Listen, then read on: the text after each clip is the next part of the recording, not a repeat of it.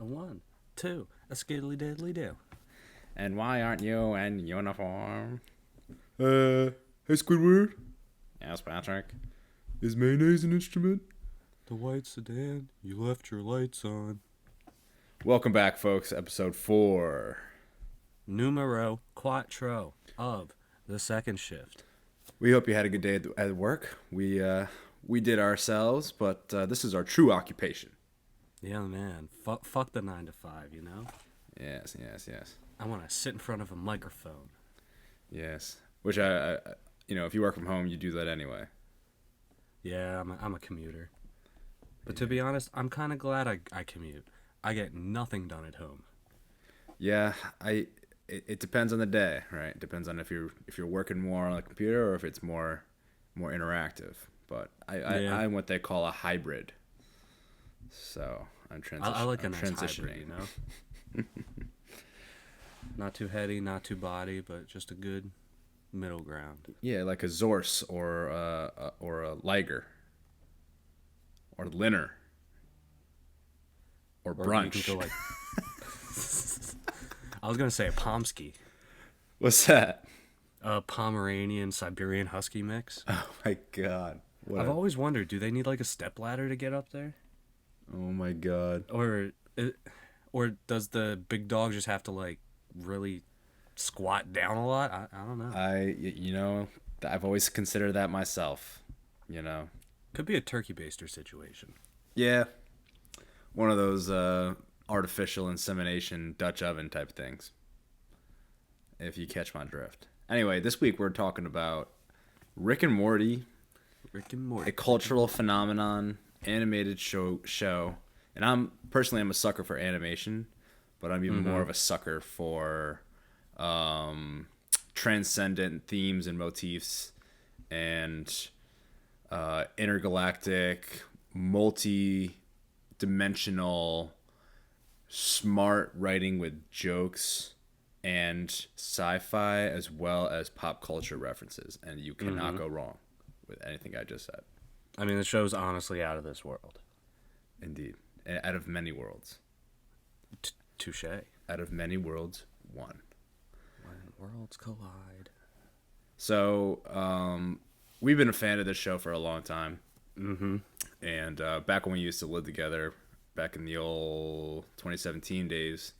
Back when we used to live in the G spot. Yeah, the G spot, aka Section 8 housing in Philadelphia. Season 3 came out as we were watching it in live time, or as it was coming out, and just blows you away. Like the amount of ingenuity and creativity and story building, world building, continuity started to come together in season 3. I don't know why I'm going directly to that, but it just reminded me of like when we lived together and kind of like followed along with it and really bought into all of the themes and all of the all of the theories over the years. Because mind you, this is one of those shows that they take their sweet ass time, whether it's their fault or the studio, or they're just if it's the writers, they're just like fuck the fans this year. I don't feel like dropping it. When there's left to the viewer's perspective and you give them time to create theories, I mean, you can go on YouTube and spend hours and hours and hours just reading about and watching different theory videos. It's really, really amazing, the community that they've built. Happy to be a part of it. Oh, for sure. But I mean, going back to season 3 though, season 3, Pickle Rick. I mean, yeah, I mean that caught the world by the balls. I mean, you don't need to know Rick and Morty to know what Pickle Rick is. Right, exactly. That is cultural at this point. Would that be the episode that you showed somebody for the first time? Like if you were like, oh my god, you got to get into Rick and Morty, dude. How have you not done it yet? Let me show you this one episode. Is that it? I don't know about that one. It's obviously a good episode, but I mean, it just stays on Earth. Yeah, that's fair. That one, it's almost more of a micro episode rather than the macro that they usually do. Right. It may not be a good representation of the series as a whole. Exactly. But yeah, it's just one of those ones where it's like if someone was looking in from the outside, like I don't watch a lot of like the Cartoon Network shows like Adventure Time or any of those. But like if someone showed me an episode that like is more popularized, maybe I'd get like the gist of the show and been like, okay, this is the one that everybody knows and likes. I get this. But I get what you're saying. Since it's so almost low budget-esque that it stays on just Earth, it's not a good representation of the whole entire show. That's a good point. But I feel like, though, this show being where, excluding the commercials, it's a 23-minute show, you could show them 2 episodes. So, like, you can go the Pickle Rick episode, that's the very macro episode, then you can go worldwide. One of the episodes that I chose, one of my favorites, season 5 episode, that one gets into things really multiplying rather than getting smaller. Right. But that can be talked about later. Multiplicity, where you don't know who's real and who's trying to come after them. Yeah, it's a great episode. So our structure for this episode is we're gonna go one by one our favorite episode from each season and kind of break it down and say what we liked about it. You know, what we remember about it. If you want to start, hit her up, baby. Yeah. So, I feel like, all right, so my season 1, the episode that I chose for season 1 was Lawnmower Dog. Fantastic episode. I mean, probably my very close second for season 1. But I mean, that episode, just the entire second just plot line of that episode, putting a dog or a helmet on the dog to actually make him speak, that's been one of my dreams. Like, you don't know how much I wish that, like, my dog could just sit here and actually express his thoughts. Yeah. But it's like the thing that I like about the show is it just takes it to the extreme.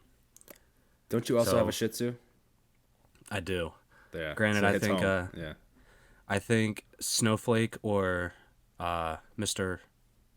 Snowball. What Snowball. What was the first name?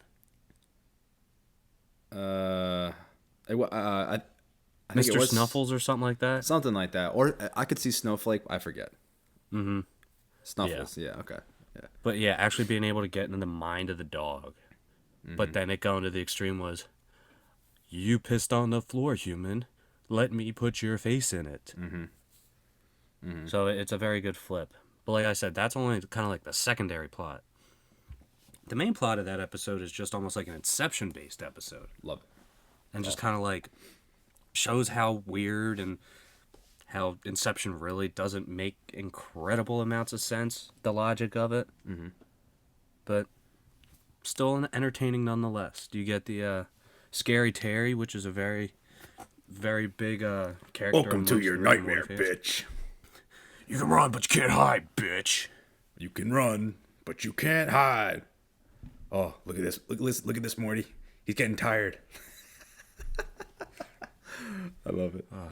You can run, but you can't. Maybe you can run. And then fucking Golden Fold with the Mrs. Pancakes. Miss Pancakes, yep. I don't know. Just whoever actually makes the ideas for these episodes, insane. I know in the early seasons it must have been mostly Roiland and Harmon kind of going back and forth. Now they have an actual writing team because they've gone, full scale. But no, I fucking love that episode, and there's something about when they come back from the dreams, like so they have to kill somebody in the dream to wake them up, right? Like if the person who's dreaming gets killed, they wake up.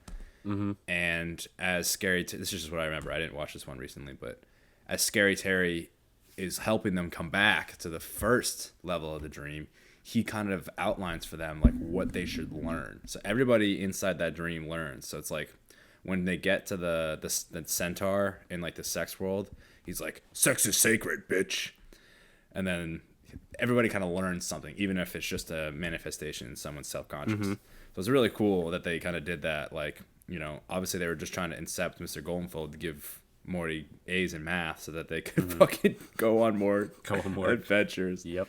Everybody kind of learned something, so it was like levels of his self-conscious learning on top of itself. So it's pretty cool. Yeah.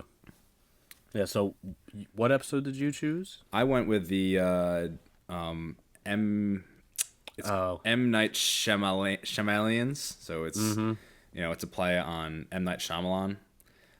Philly boy. Yeah. I fucking love this episode, and one of the biggest things that ties it all together is David Cross as the Yup. the voice actor. I piss myself when he talks. Hey, don't talk about my butt flaps. Yeah, yeah. It's just so funny, and you can kind of tell, like, these are the early days, like, not early days of animation. Obviously, we've been doing animation since like the early 20s with Disney and everything, but lower budget, right? This is like 2 or 3 episodes after the pilot. The pilot was kind of almost like sketched together in a way. You can kind of tell, like, Yeah. very low budget. Like, this is 2013. Well, wasn't this originally like a show just of like really short clips, or like at least the animation style? Isn't that what Yeah. they originally did? Justin Roiland originally came up with the idea called The Adventures of Doc and Marty, which were a direct play on, obviously, Back to the Future. But apparently, I don't know who's the owner of Back to the Future now. It might have been Warner Brothers, but they were not happy with that.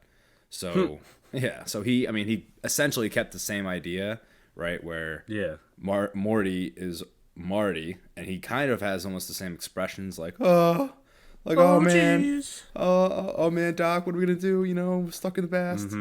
And the Doc is obviously Rick, and he's just kind of like, Morty, Get in the vat, Morty. get with it, Morty.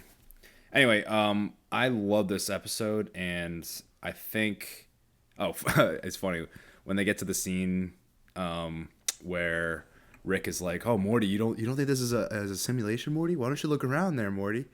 And Morty's like, oh, I don't see anything wrong with this world, Rick. And he's like, oh, are you sure? Are you sure you've never seen any of this? And it's a guy putting a hot dog bun in between 2 hot dogs. And Morty's like, I've seen people do that. yeah, before. he's like, I don't know, Rick. I kind of see people do that before. He's like, oh, Morty, you don't get it. And then he's like, what about that old lady over there? She's walking her cat. And I was like, oh, that's so Jimmy, walking his cat on a leash. So, my one cat, he's a few beers short of 6-pack, let's say. Okay. I can't take him outside. He's the type of cat that would run off, but he's not scared of anything. Mm-hmm. So he just has kind of like that blissful ignorance, and he'll just do whatever. Mm-hmm. And 9 times out of 10, it's not listen to me. The other one is too skittish. He doesn't like to go near the door. So, Interesting. I don't walk my cats. I walk my dog. This episode had a lot of Morty stuttering, which I have always loved. Like, early days of Rick and Morty, they kind of use their kind of speech impediments a little more, and maybe it's just like a continuity thing of Morty kind of growing up and being more mature. But like in the beginning, he would stutter, he'd be like Rick, like he would do a lot never more of wanted that. to speak up. Yeah. Another scene that I love is Jerry comes in for his slogan, his apples campaign. He's like, what are apples? Apples are food. When do we need food? When we're hungry.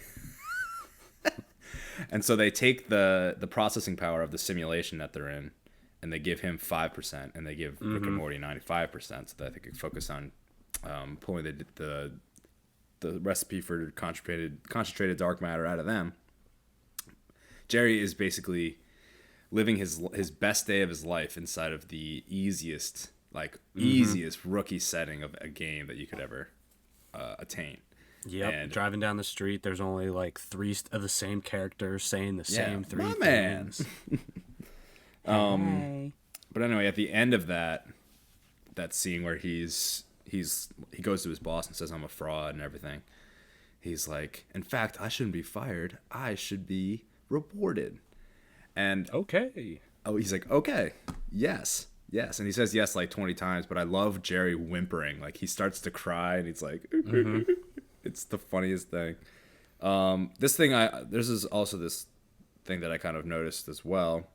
And the writers and the creators of the show, Dan Harmon and Justin Roiland, they've always faced like hard criticism from fans, especially in the later years, but they almost foreshadowed it, I think, in this episode. So the scene where they're about to get on stage and do their rap thing, where he's like, I'm kind of nervous, being out in front of a crowd and shit. And Rick's like, Morty, it's just a bunch of ones and zeros out there. You're going to be fine. Kind of felt like they were taking a dig at the audience in a way where they're like, oh, all of our audience are just a bunch of ones and zeros. We could do whatever we want. We're not really trying to appease them. They're just a bunch of robots out there. And so I don't think that they understood the phenomenon that they had at the time. This is 2013. Oh, definitely not. but it felt very like foreshadowing the future, where it seems almost every year you can go on Reddit after a season airs and just see people just shitting all over it. And so I think they realize it over time that like their humor, some people are really going to get it and some people expect too much. Like the whole Evil Morty subplot, people wanted that to be fleshed out a lot more. Obviously it did end up happening end of season 5, but over the years I felt like, you know, people were really harsh on them, so it felt like a little bit of foreshadowing there. I feel like it's a lot of gatekeeping. Yeah. Like, oh, we were fans since the beginning. We want it done this way. Right, yeah, absolutely. Just give people such an overinflated sense of entitlement. And yeah, they feel like they're owed more than they really are. I mean, I understand you're a fan, but... Yeah. It's like our generation's self of entitlement, you know? It's pretty, well, it's also, pretty too, the way that we now, like, absorb content is in less than 15-second intervals. Mm-hmm. If something doesn't catch us in that first 15 seconds, you just swipe to the next thing. Yeah. That's just true. How it is. Yep. And it's we can get to it when we get to season 5 here, but it very much felt that way in the middle parts of season 5, because I was watching that live when it was coming out this past year, and you know, I would go on Reddit the next day just to see what everybody's reactions were. I just wanted to see, like, I wasn't basing it off of that. I had my own opinions, but yeah, yeah. Very like, oh, what happened to Rick and Morty? Like, what's up with this? Like, the writers, they phoned it in, shit like that. So, I do feel like season 1, though, you can't really go wrong with any of these episodes. No, absolutely not. They're fantastic. Mm-hmm. Start to finish. I mean, 60 Minutes, just great episode. Mm-hmm. You like fake doors? Well, come on down to fake doors. Is this a real door? Nope. Is this a real door? Nope. Hey, God, so Morty. I'm just making a sandwich. Oh my God, Morty! It's still the commercial. Yeah, I'm the personal space guy. Don't come into my personal space. Mr. Ants on my eyes, and I can't feel anything. I'm Answer My Eyes Johnson. I hope the prices aren't too low. Jan Michael Vincent. There's only 6 Jan Michael Vincents for 7 sectors. What are you gonna do then? 2 brothers in a van. It's a great show. I feel like that's like the type of episode where they just put their stupidest ideas. Oh yeah, absolutely. Do you remember movie 43? Yes. I feel like that's pretty much what that episode is. It's just a Absolutely. condensed movie 43. Absolutely. I love it. All right. On to right, season 2. Go for it. 2. All right. So for season 2, excuse me, I chose Get Swifty. Classic. It is a classic. It's just the song. Hey, gotta get swifty. But it's like, for Shit me, on the floor. It's like, for me, this song or this episode is how I almost imagine kind of like the intergalactic, like, cosmos kind of is, in a sense. Mm-hmm. It's just like trying to prove your worth to one superior being, and then in the end they just strike you down. Mm-hmm. So that actually kind of goes with the conspiracy theory, going back to a previous episode we did. Go give it a listen on Spotify, Apple Music, and YouTube. The theory is that we've already kind of reached the ability to contact aliens. Like, if you look at the ancient Egyptian culture, it's like we get to a point to where we can make contact, but then they just strike us down. And I mean, you can make a case for that for, like, the lost city of Atlantis. Like, they could have contacted alien lives, but the aliens didn't deem them good enough, so they just struck it down. It's definitely a very interesting conspiracy to get into.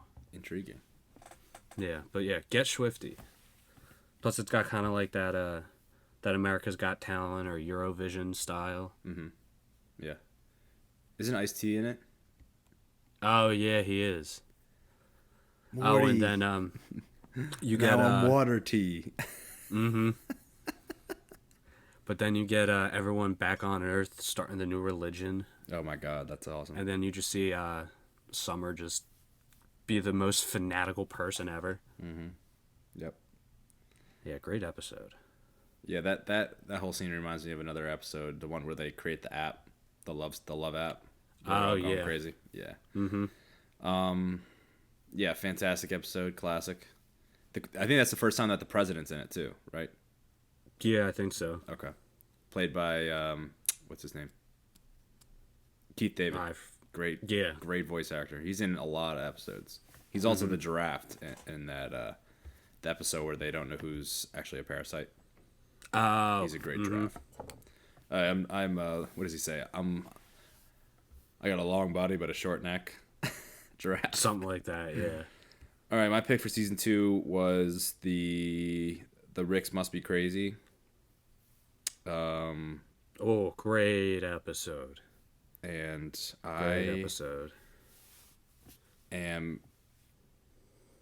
I love this episode because, the A plot is Rick and Morty fixing the battery, which actually turns out to be its own mini universe. And Rick, which is really interesting. He didn't actually just create all the life. Like, he didn't just go in and say, "Okay, you 30-year-old man, you're gonna start making my energy." He actually created an entire universe until I think he said in the episode it was like a quantum carbon. I don't even fucking know how to say it, but carbon started to develop on one planet. So out of all, it's a mock of our world where it's one planet theoretically of millions that has life on it. That has just the perfect recipe for life. But what's so tragic about it is that they've gone through they probably had their own dinosaurs. They probably had their own genocides and wars and everything, and they got to this point where, they were creating the energy that they understood that would power their world, but there had to be obviously one person, one smart being equivalent to Rick that would be able to transcend that and create something more efficient. Anyway, I love this episode. I think it's very it has undertones of, like, you don't know who made you. Is it a god? Is it a force? Is it you just popped up out of nowhere? What is that god? What is his opinion on things? What does he do? What does he interfere with, and what does he doesn't? My favorite line, I think, is so the B plot is Summer in the ship, in Rick's ship, in this parking lot in one of the realities. And after they leave, this gangster comes up and knocks on the window, and he's like, "You think you're better than me? Nobody's better than me." And the ship just destroys him, cuts him into a million diced pieces. And his buddy, another gangster, comes up and he goes, "Hey, that was my daughter's pediatrician." Oh yeah, because they were on that one planet because they had like, the best ice cream. Yeah. And I just thought that was the funniest fucking thing because there's just gangster guy and he's like he's got like tattoos on his face and he's got like a wife beater on. And then so they're on their way to this universe, and Rick's telling them, "Oh, it's." They pay each other with money, and they love and they laugh and they do all these things, and they have this evolved society. And Morty's like, "You have people down here making your energy for you?" He's like, "No, Morty, they pay each other in money, blah blah blah." And he's like, "That just sounds like slavery with extra steps." Yep. Ooh la la! Somebody's gonna get laid in college. I use that line all the time. Anyway, I could see you using that with your brothers. Oh yeah. So, another scene that really got to me was the fucking slime kid. Because Summer's like, no force. Like, just if we're going to do anything, just do it without force. And she just creates the kid. Gestates this dead baby. Yep. All can be taken away. Keep Summer safe. Little Johnny? Dad? I don't feel so good. What an episode. when they're going back and forth, so his equivalent inside the multiverse or nanoverse is Zeep. His name's Zeep. So they were going back and forth and crafting and shit. And Rick's like, I made the stars that turned to carbon in your mom's ovaries. And Zeep's like, I didn't ask to be born. And so they go back and forth, and they're crafting and tinkering and fighting. And obviously Morty goes off to play with the tree people. He's like, I missed my laptop. I jerked off to an extra curvy piece of driftwood the other day. But a great episode. It really, has such a science fiction undertones about kind of what are the bounds and limitations of manipulating a group of people, and you being an all-powerful being. If you have that power, what do you do with it? Do you not give them the resources and knowledge to evolve past those days, or do you continue to use them to make your power and shit? So that's a pretty great episode. I like the aspect when Rick first goes back into the battery for the first level. His hey, how you doing is fuck you. Oh yeah. Fuck you. You told me it means much obliged. Oh okay. Blow me. No. Blow me. Blow me. Oh, it's like in Scary Movie 3 when you say hi to the aliens, you just kick them in the nuts. Yeah. So yeah, this was season 2. Came out in 2015, so 2 years after the first season. So. And then season 3 came out in 2017, so that was almost a 2-year difference. It's like absolutely. Like a week away off 2 years. If you want me to do mine first, technically my episode came at a unique timeline. So my favorite episode from season 3, and it's really hard to do because I love that season, and I picked like 3 ones. If this one got picked, is the premiere. It's the Rick Shank Redemption, and funny enough, this one actually came out on April Fool's Day, and it was on a loop on AdultSwim.com for like 24 hours. So this actually came out like 2 or 3 months ahead of the rest of the season. Just a fucking hilarious publicity stunt that, of course, these guys would do, right? Just because they can. And the second episode didn't come out until literally July 30th. Yeah, exactly. So, so this episode continues the arc from the season 2 finale, where the family goes to Bird Person's wedding, but everybody Tammy turns out to be part of the Galactic Federation, which are always after Rick, trying to get all of his secrets and topple the Citadel of Rick's. And so he's locked up, and it starts out, and the bug guy, voiced by Nathan Fillion, which is a great choice for a voice actor. They're in a Shoney's, which actually I have gone to a Shoney's before. It's pretty good. Interesting. It's pretty good. It's like they say, it's a classic, comfortable family restaurant, like a mixture of an IHOP and a TGI Fridays, I'd say. Okay.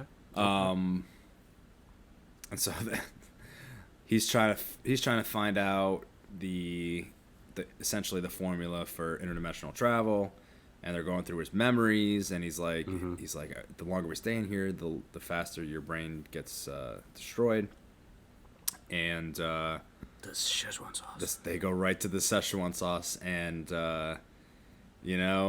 we, speaking from experience. Oh man. My partner in crime here, we drove how many miles that day to find it? Back in Well, first we drove to the beach, got filet cheesesteaks, fucking smack. Yes. Let me tell you, a cheesesteak but made with filet. Whew. But then we drove back up to Philly, and we were going all up and down Broad Street, Roosevelt, just trying to find McDonald's that had the Szechuan sauce. Because there was a limited time that they were doing it at McDonald's. But I think they overestimated the demand for it. Yup. By far. Wait, let me see how much this is still selling for on eBay. Oh, please do. Because it was hundreds of dollars. Szechuan sauce. Oh wow, one packet's only $6 now. Oh man. Oh, but you can get $14.98 one sauce packet and a So On Rick and Morty Szechuan sauce dipping sauce patch. Badass. So it's such a great episode. It's it's modeled after Shawshank Redemption, obviously one of the best movies of all time. The Galactic Federation's in charge of Earth, and Jerry has gotten his 6th promotion just that week. Probably my thought is probably because he's just like a follower, and so the less that he speaks up and the more that he follows, the more he's rewarded. He's earning a what they call a 6 chewable salary, because all they do is eat fucking pills all the time, and the world's run by robots. And it's such a genius episode. It's a version of Rick's backstory that we end up finding out in season 5. Yeah. Which kind of like how we got started. Right, and he fabricated what the formula was. The formula ended up being a way for him to hack into the Galactic Federation kind of interview, or what do you call it, like a torture chamber. He continues to change his consciousness into several different bodies, and which I never thought about it, but actually he's outside of his real body. He takes over one of the Council of Rick people by the end of that episode. So it's like he changed into like 6 or 7 different bodies, and it's just so clever and so fucking funny, and I just remember that episode so much from that Szechuan sauce rant. Well, so for this one, like you, I also chose 2 episodes, and since you chose episode 1, I went with episodes 2 and 3, which was Rick Mancing the Stone and then Pickle Rick. I feel like Pickle Rick we don't really have to go too much into. I feel like that's probably their most popular episode. Yeah, I think so. But I liked Rick Mancing the Stone. I kind of like that almost steampunk, end of the world aspect where Summer actually becomes a badass. Have you seen Mad Max Fury Road? I have not. Oh, I have not. Oh man, it's great. It's basically this episode. They do a lot of that this episode. Well, the original Mad Maxes had the Thunderdome, or like that fighting dome type thing. But Mad Max Fury Road is all about them on the road and escaping the grasp of like a warmongering guy that has the control of all the water. Pretty cool. Yeah, and that one you get Morty that has that dead dude's arm that gets reanimated and just ends up killing everybody in there. What was it? It wasn't the Thunderdome. I forget what it was called. Yeah. But whatever their Thunderdome was, just destroyed everyone. And almost to the point where he was like, hey, we don't really need to destroy that guy. But the arm's like, yes, we do. Yeah. And then the arm ends up leaving the dude's body after he kills the dude who killed the owner of the arm. If that makes sense. Yeah. Yeah. I think they actually do like a chase. They do a chase in this episode, right? Like throughout the desert. I think they do a couple. Yeah. Because, the whole thing is Rick wants to get these crystals that's in, like, the center of this Armageddon place. So they play along until the end where Rick tries to steal a crystal. And then, Summer's married to a dude there who she, like, doesn't want to leave yet. Morty wants to leave, but the arm doesn't. And, yeah, it was just a big, almost, like, internal-external conflict of whether we should stay or leave this area where we kind of rule. And this episode actually featured a lot of really great voice actors. Tony Hale from Arrested Development. Joel McHale from I forgot he was in this Community, episode. which Dan Harmon actually created, so they're probably pretty close in that realm. True, I didn't even think about that. Yep. And John DiMaggio. Oh, wow. He was the Death Stalker leader. I love his voice acting. He's the fucking funniest dude. He's hilarious. Yeah, they always get quality people for this show. Oh yeah, and even more recently, they have that world renowned popularity. People probably want to be on it, Yeah, I mean, any country you go to, you'll see Rick and Morty things. It's almost kind of become like the new Jack Skellington.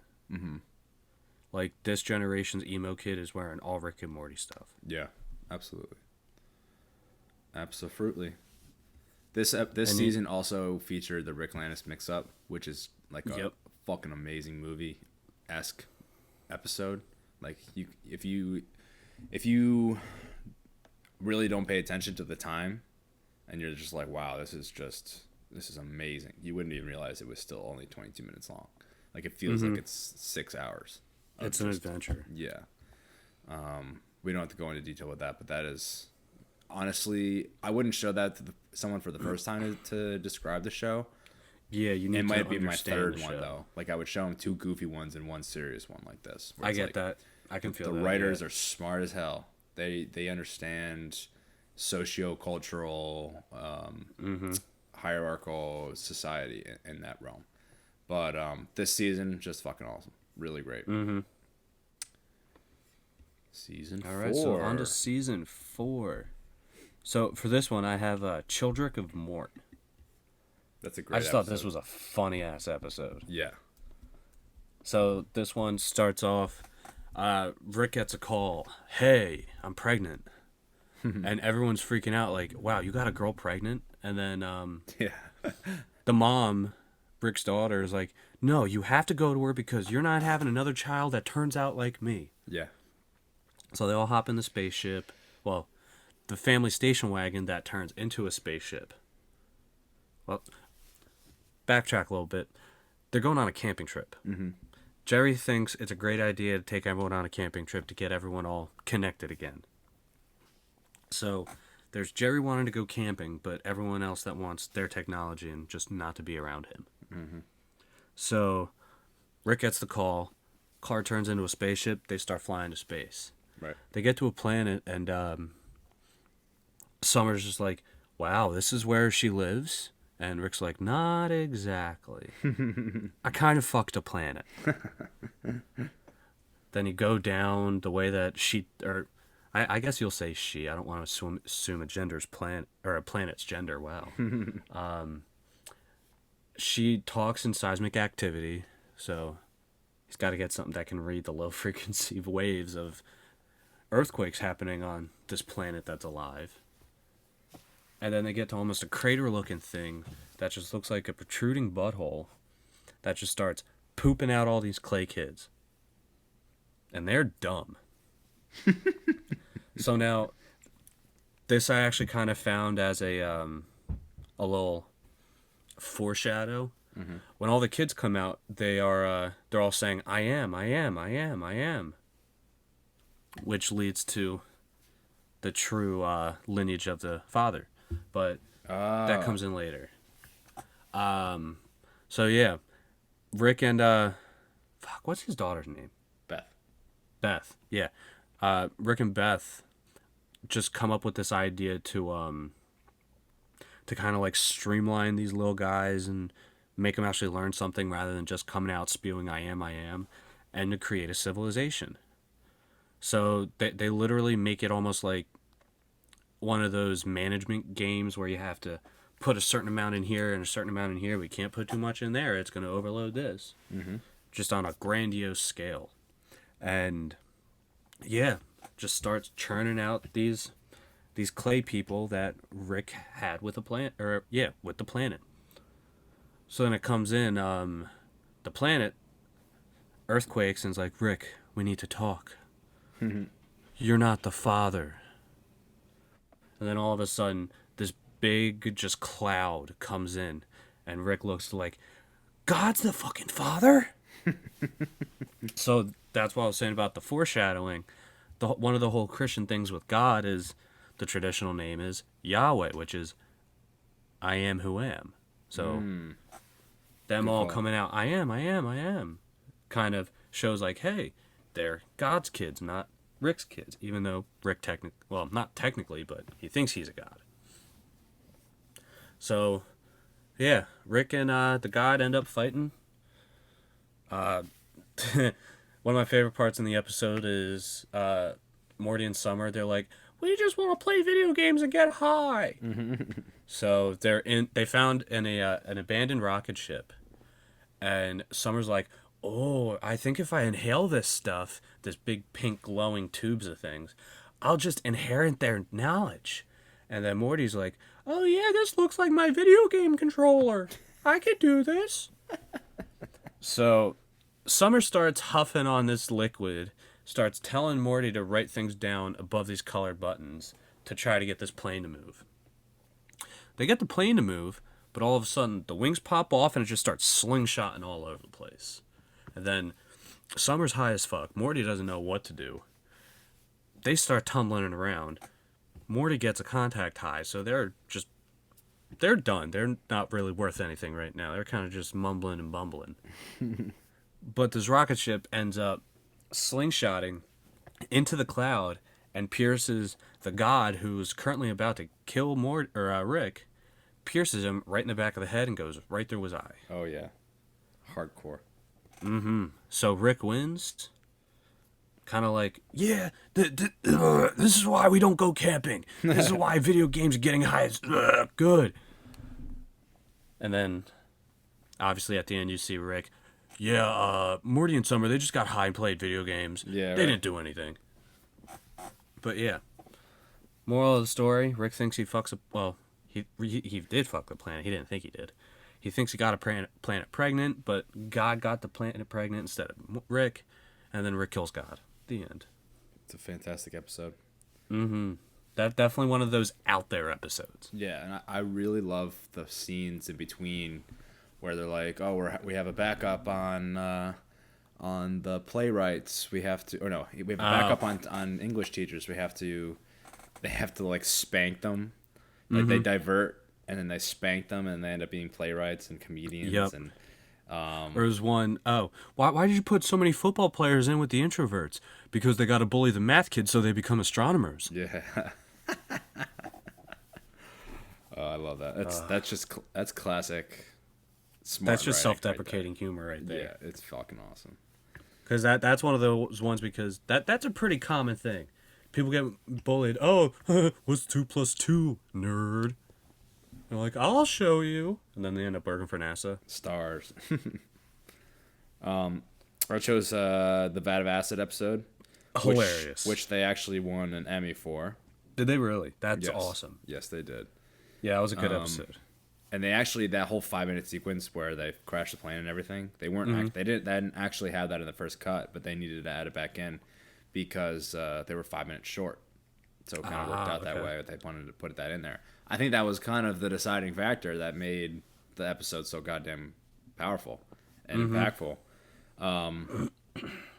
And you find out in the end that Morty was actually killing all those other Mortys, and there's actual repercussions for his actions for the first time, where he's always criticizing Rick for the heinous shit that he does, but this is something that Morty is responsible for. Rick just kind of enabled him, right? He said, I would have told you all the science jargon, but you wanted to have fun. Well, before you get too much into it, let's just say what it is. Morty wanted this thing that could almost save you like a video game, to where you save at a spot. If you don't like what happens, you press a button and you restart. Yeah. And all throughout the episode, Morty's playing with this thing, doing whatever he wants. And then he meets up with Rick and understands the consequences. Sorry for cutting off. Carry on. You're good.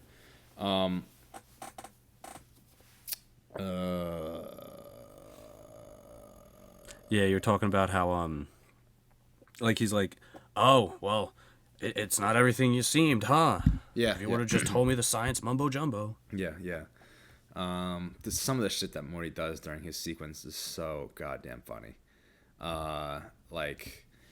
First, It's like, this is honestly one of my biggest dreams as, like, not like just entering puberty, like, oh my god, if I could just redo it, just like right. unsnap her bra or something like that. Yeah, right. Oh my god, 13-year-old me would have loved that.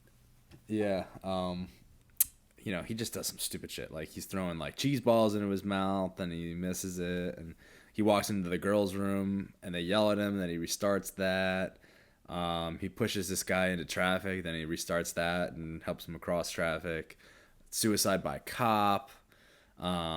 He picks up that drug guy and he's like, I ain't paying you for friendship. I'm paying you for for help or anything like that. The suicide by cop one, that was kind of dark. Yeah. Oh, suicide by cop! I love these. Yeah, that was pretty hardcore. And then, God, the whole sequence with him, like they don't talk or there's no dialogue at all for the entire That's what makes time. it more powerful, I feel. And he helps this girl. He holds the door for her, and then they start dating, and you can show the progression of the relationship. He meets the parents, and they're hanging out at his house. They get in fights. It seems like she's a little older, and she's like doing studies. He's obviously 14, and he's playing video games in the background. Something else to note, I think, that in terms of continuity wise for this season, the earlier episode 2 or 3 of this season, the one where he's dating Planetina, and then she ends up dumping him. No, he ends up dumping her because she ends up being a total lunatic, right? Is hardcore. Like Morty's kind of grown up a little bit, right? He really just wants to have a love in his life. He's always loved Jessica, and she's always shot him down.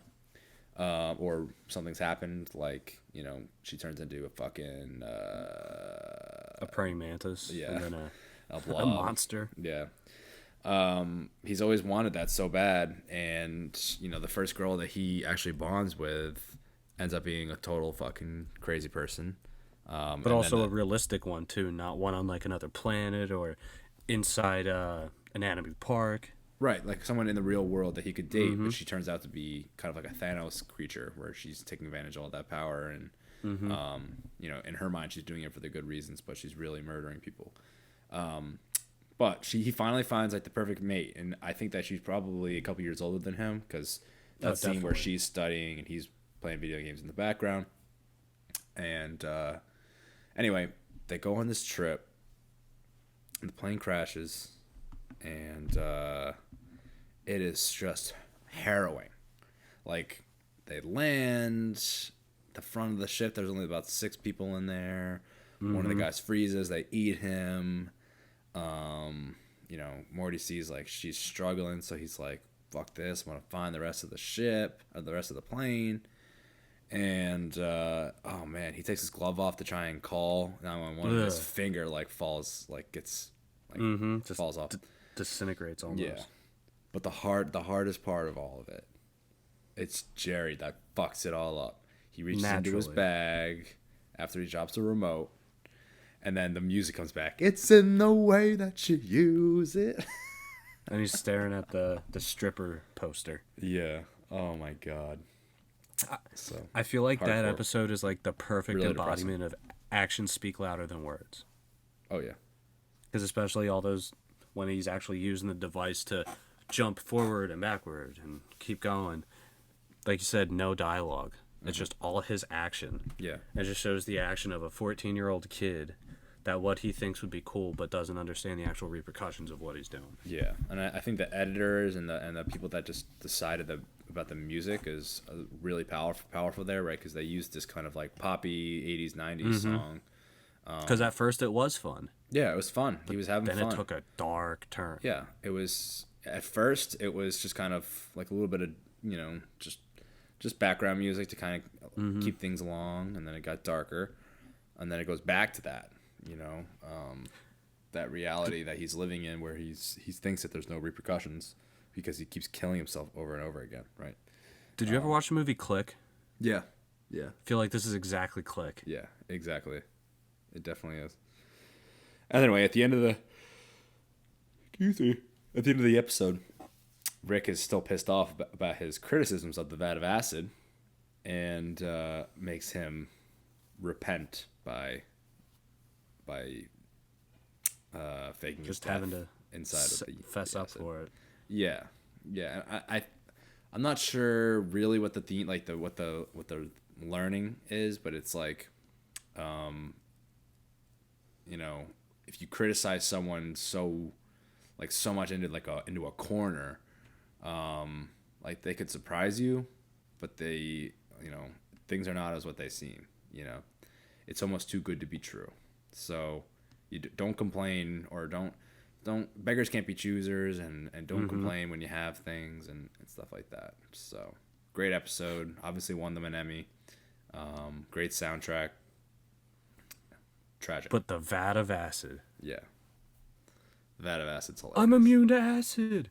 Kiss my ass. Kiss my ass. I want you to eat my ass. My acid impervious ass. Don't try and steal my moment. I'm pretty sure it's a season 5 episode. That's all about eating ass. Which one was it? Eating ass. It's where Summer and Rick go to a they yeah. go to all the planets that are about to end. Yes, correct. What episode is that? I'm looking now. Is that the one where Maybe it's season 3. No, I think it is this season.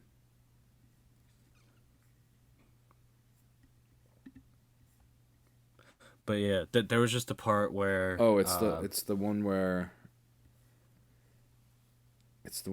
Morty has the kid, right?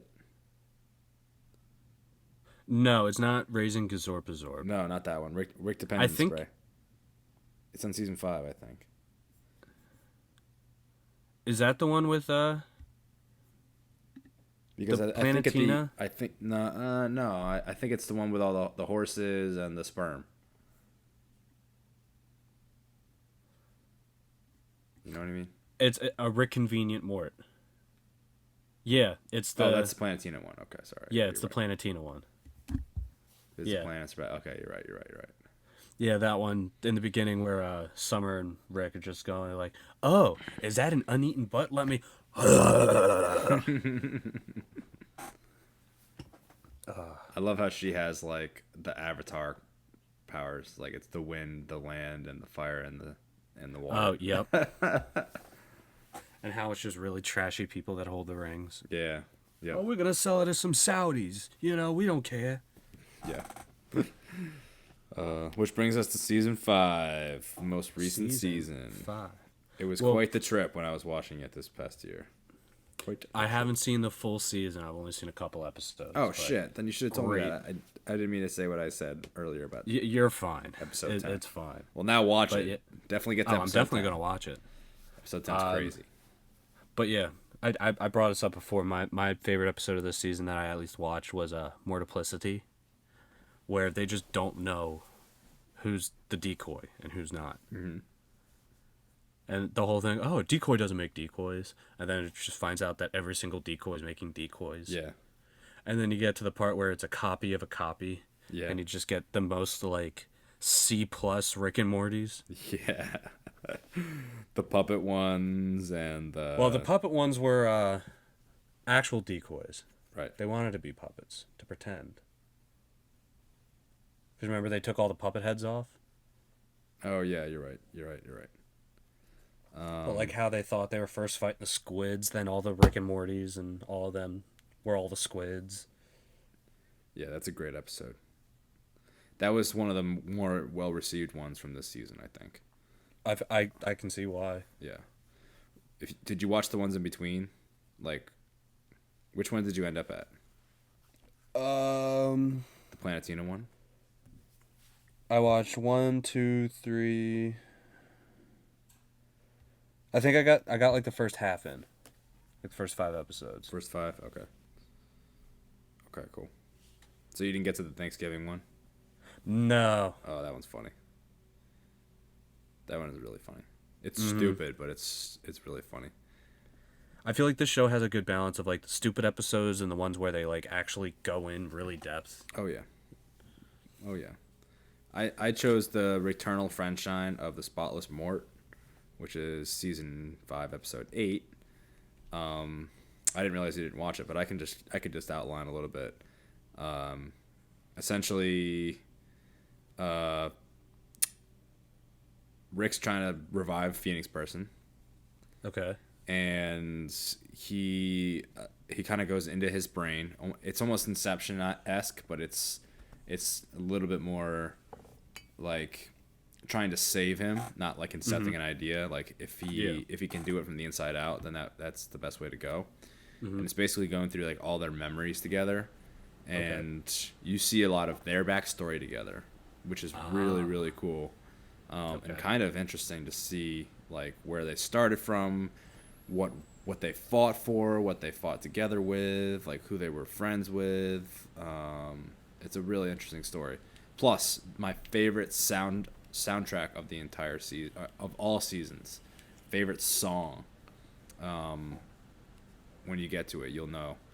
There's a battle, and it's basically like the Rick and Morty theme, but like turned into this like techno synthwave beat.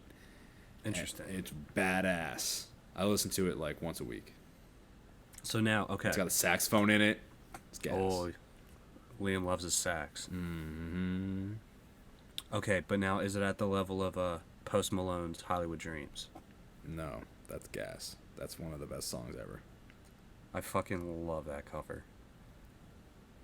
I love it. I love it. I feel like, excuse me, Rick and Morty and that song were the two things that we always had playing at our apartment. Oh yeah. Always. Never I gets old. always think back to that apartment. It's a great apartment. It's a pretty piece of shit, but it was a great apartment. I feel like us and then Lamo and all of them. Yeah, We that was a like good duo. revived the LA apartments. Yeah, that was a great spot. Oh man. Could do anything we wanted, mostly. Mm-hmm. Well, that one night, how many people do we have packed in our apartment? I'd say probably a good 30, 40. The pregame, yeah, it was hardcore. Hardcore. Hardcore, parkour. Well, now I'm hyped for you to finish this season because, Oh yeah.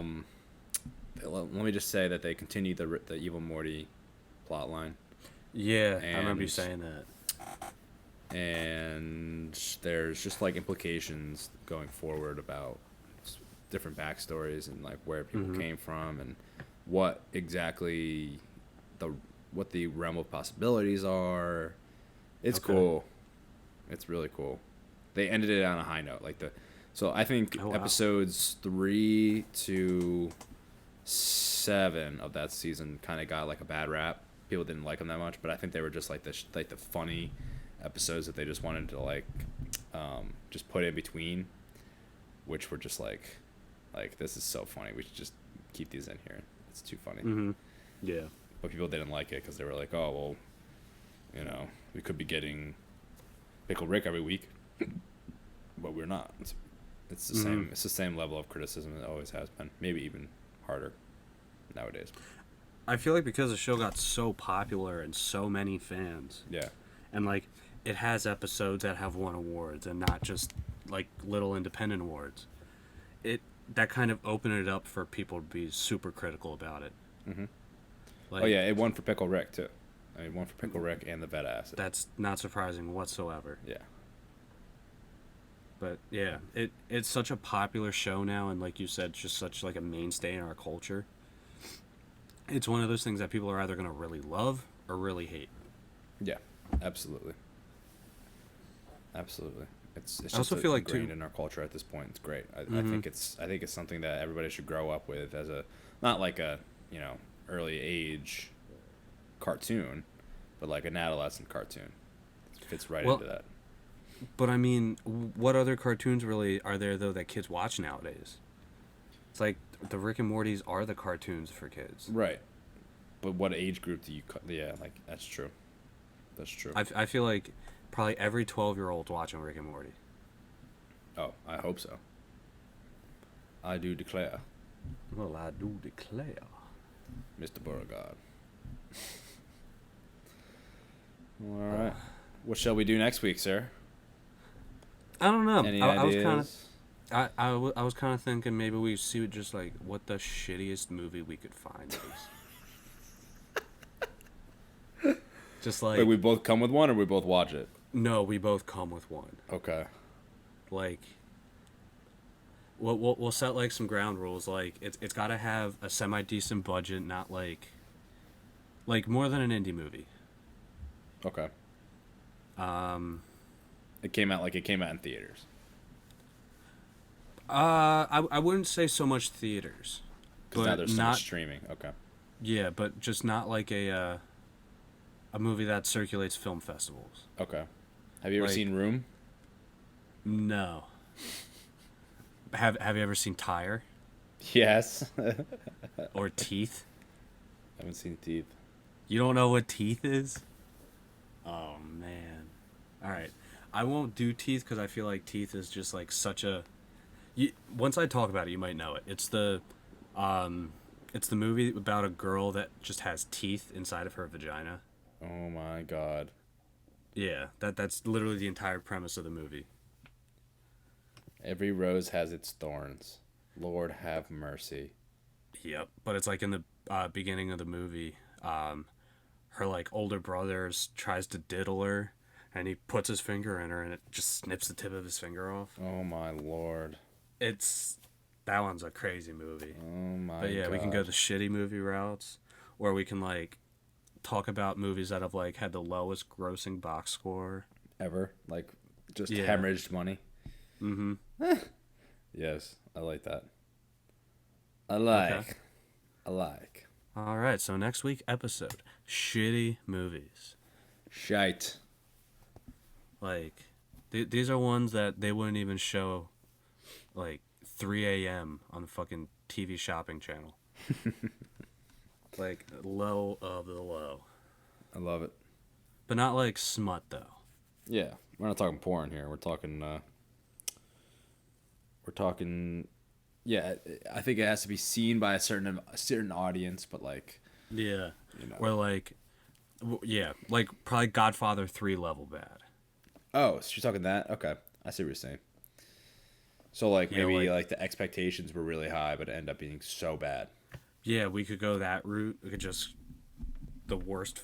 Yeah, take it however you want. I'd just get really shitty movies. Okay. That sounds good, sir. We'll talk Yeah, offline man. on that one. Yes, sir. And as always, let us know in the comments. I mean, yeah, like I said, we just started Spotify, Apple Music, so definitely give us a listen there. I think you can rate on there. I don't know. But we also post on YouTube still, so write in the comments what you want to hear us talk about. Because we could talk about anything.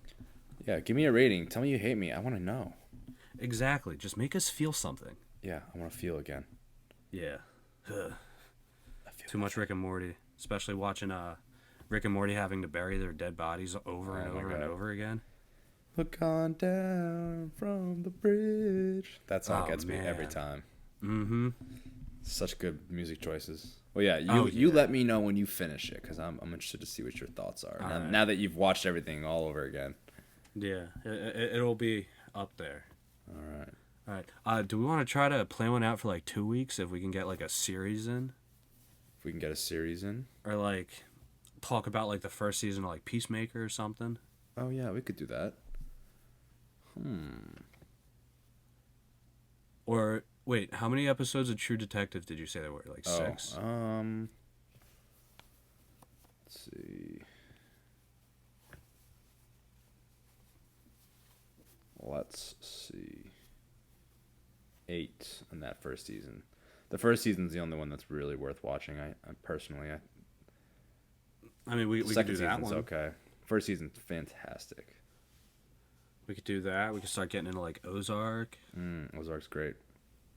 Yeah. The final season's coming, or the final half of the season's coming. Yeah. April 29th, I believe. Yeah, I've only seen up until the end of the first season when the one dude gets his head blown off. Yes. That's all I've seen. So All right, all right. I'm excited to watch it. Well, folks, we'll see you next time. As they Yeah, say, man. as they say in our culture, catch you on the flippity flip. Flippity floppity. We could also do some Office episodes. Best, worst, We could definitely do Office episodes. I'm Lots of down to do content. Office episodes. lots of content. Guys, we just want to do this.